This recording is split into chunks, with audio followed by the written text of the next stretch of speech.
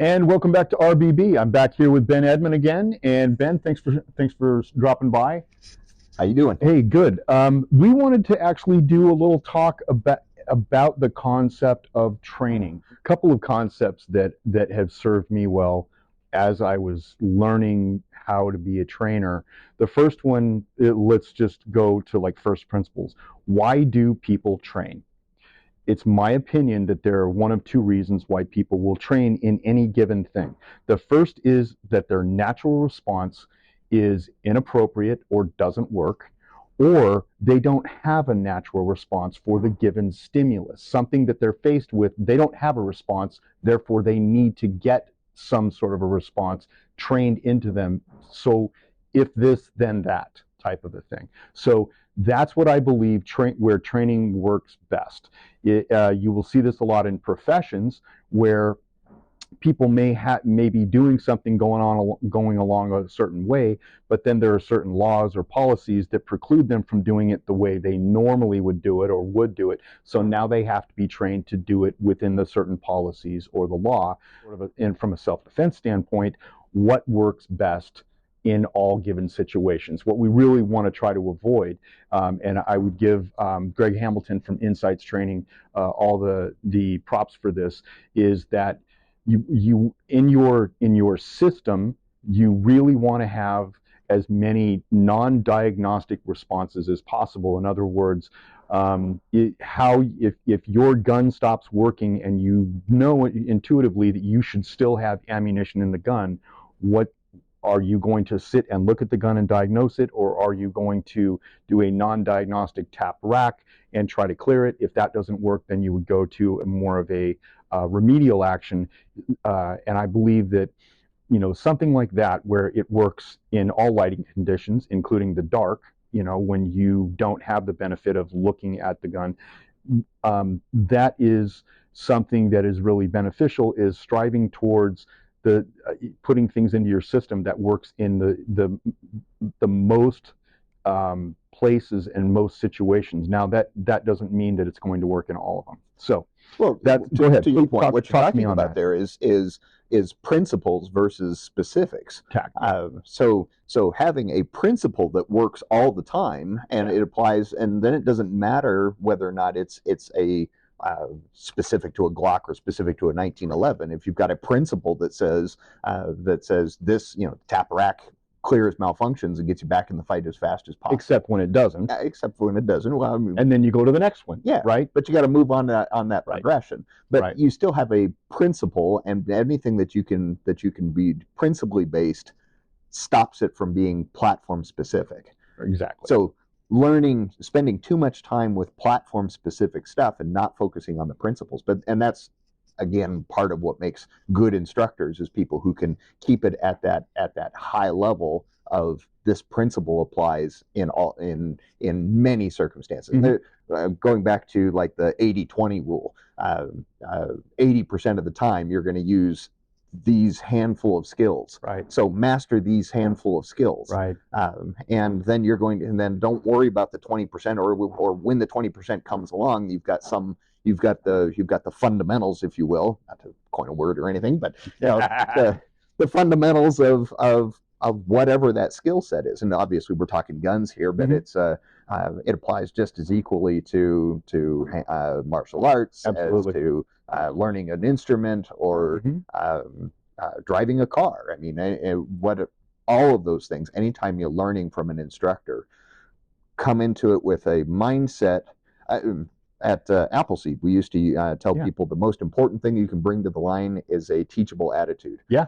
So really coming in, I've got my expectations. I know what I'm supposed to do. If I can leave that at the door and come in and be a sponge, you can learn so much.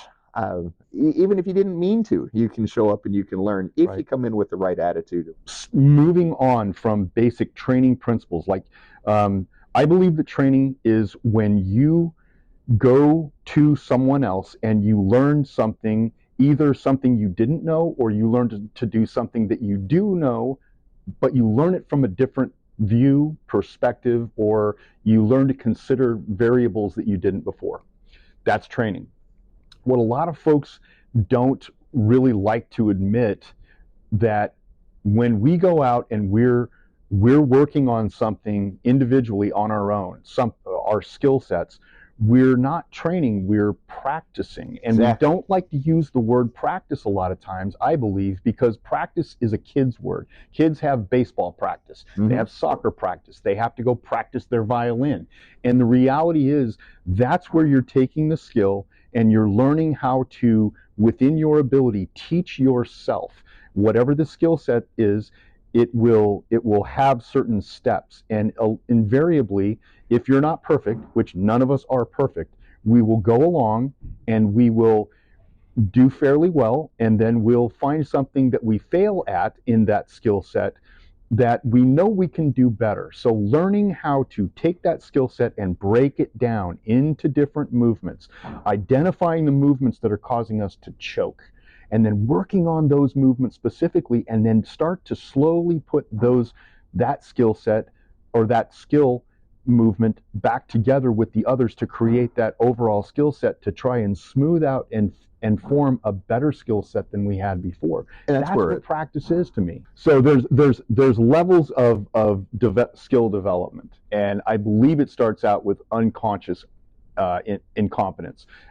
Simply put, a definition of unconscious incompetence is we don't know what we're doing, and we don't know why we don't know what we're doing. Yeah, so we don't know what we don't know. Yeah. So from there, where is that scale up to someone? So then we got to find somebody who's higher level than us. They don't have to be a grandmaster in order to bring us up, but they do have to be skilled enough that they have the big picture. And that person who then has the ability to bring us up a layer. And when we come up that first layer, then we get to conscious incompetence. I'm now at least aware of the things that I didn't know before. Right. I know what I need to work on. I know what my deficits are. And eventually we get into conscious competence. When I hit conscious competence, if I'm warmed up, if I'm thinking about it, if all the stars come into alignment, I can accomplish the skill. And then eventually we get into unconscious competence. Some people will call that muscle memory. The nerd in me says that there are no memory cells in any of our agreed, but whatever, it's neural pathways. Yeah, but one way or the other. Yeah, I don't like that term either. You get to unconscious competence, where it just comes with it. It just does it the way that it's supposed to. And that's, I think, in a previous talk that we had, that's where you were talking about where training takes over. In other words, if people didn't have a response for something, but then they have gone and gotten training, then you will devolve to your level of training. And if you have good training and you have developed those skill sets, then training takes over. Yeah. So so we're never going to rise to our level of expectations. We're going to sink to our level of training. Right. Good or bad. Right. Whatever it is that we have practiced, to coin a word, good or bad, whatever we have practiced, that's what we're going to do. Right. So if we practice nothing, we're going to do nothing. It's hard to start over again when you've developed competence in any number of fields. It's hard to start over and be the new person again. But to remember that experience, to have that come back to you and go, okay, we talked earlier about practicing, to be able to coach yourself within your ability to do that through this new skill set based on what you've been trained. You're putting a whole nother set of skills together. Am I doing this right? Am I trying to shortcut? Am I trying to cheat? No. It's like teaching someone. It's like teaching someone how to do the shortcut to get the answer in math, or doing long math and having to go through and get the right answer. And you get challenged sometimes to be able to kind of cheat and not have to go through that long math of the slow learning and the slow development until you're ready to do that. Until you're ready to be able to do that, you have to be able to go through and do it the hard way. And it being a new person in a whole new skill, even though you have developed skills in other areas or other realms, it's easy to cheat. But I believe in a lot of cases, it's more rewarding to go through and learn those long math ways, because in a lot of ways you learn the why. You learn the why does it work you know, that non-diagnostic, it works in much more realms than just this answer right here for this given situation, which is, you know, we're all trying to put as many tools in our toolkit as we can. We shouldn't ever be trying to scare people into. We don't want to terrify them, and yet at the same time we got to remind them that you know there's darkness out there, and you've got to be prepared to handle that, because you don't want your bubble to get popped. Right. And there are real world consequences to all of that. Right. Getting into any kind of scuffle, getting into any kind of situation, all of that stuff comes with consequences. So It absolutely does. And thus endeth the sermon on training. Thank you guys. We'll be back here on RBB real soon. Thanks, Ben. all right.